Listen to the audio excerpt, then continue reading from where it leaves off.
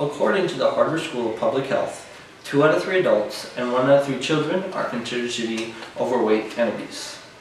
Hello, my name is Jake Gonzalez and I'm here going to discuss about obesity and soda. Now, obesity is a rampant problem in our country, and one of the main reasons for it is soda.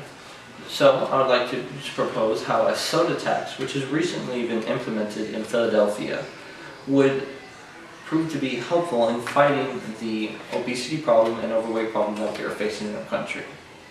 Now, for starters, we all know that obesity is a horrible thing to be. Not only does it affect you mentally, it makes you more awkward to go out in public, to go to the beach, and it could also cause people to make fun of you and mentally abuse you. But it is also bad for you physically. While being obese, you are more likely to obtain diabetes 1 or 2, as well as a number of different heart diseases. And it's also shown that you have a higher amount of LDL cholesterol, which also helps raise your chances of heart diseases. Now, I'm going to talk about why soda is bad for you and how it helps to affect the overweight problem. Now, I know all of you are thinking soda is great. I drink diet soda. It doesn't do anything. It's great. I love soda. What else am I going to do? But for example, diet soda is absolutely horrible for you. And for the average 20-ounce soda, there's about 15 to 18 teaspoons of sugar. So I'd just like you to take a moment and think about that. As you're making your coffee or café con leche, anything like that, adding 15 teaspoons of sugar to that, or 18. Now, for every 20-ounce drink, there's also an average of 240 calories, which is a really high number if you think about it. Now, another reason why soda is so bad for you is because it contains so much sugar and high fructose corn syrup. Now, the body is not capable at breaking down these substances, so instead it turns it into fat. And because the body was not built to recognize liquids as a source of calories, the body will not get full on it. So as you're eating, say, a cheeseburger, a steak, mashed potatoes, something like that, your body will recognize that it's taken a large amount of calories, that it has a lot of substance in its stomach, and will no longer be hungry. While the same cannot be said for soda.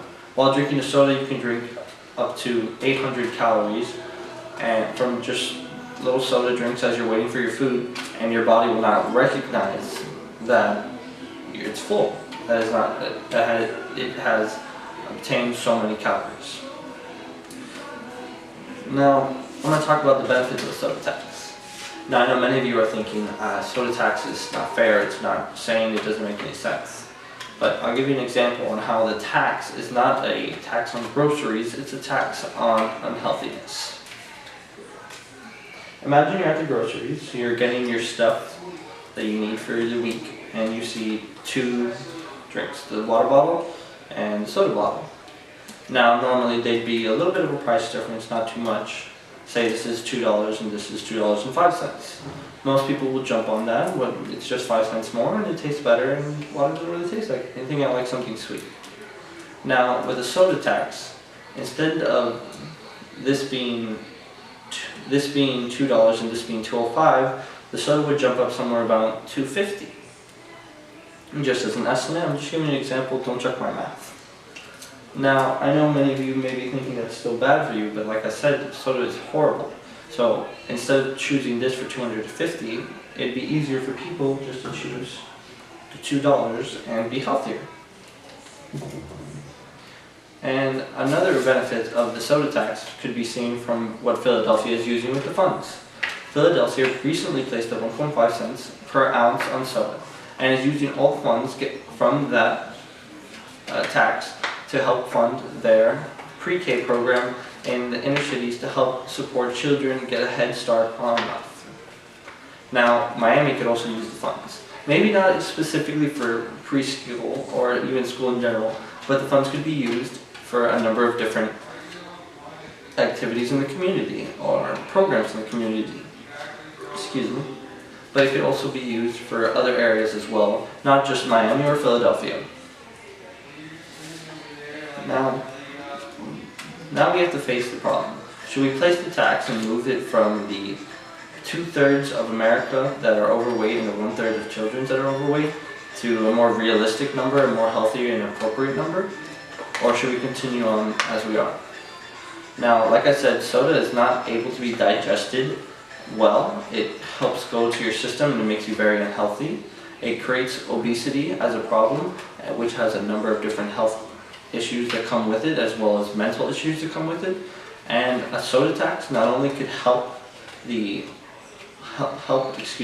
not only could be a tax on the unhealthiness, but it also could provide funds for a number of different communities, activities that are necessary or just wanted. Thank you. I hope you make the right choice in voting for a tax on soda.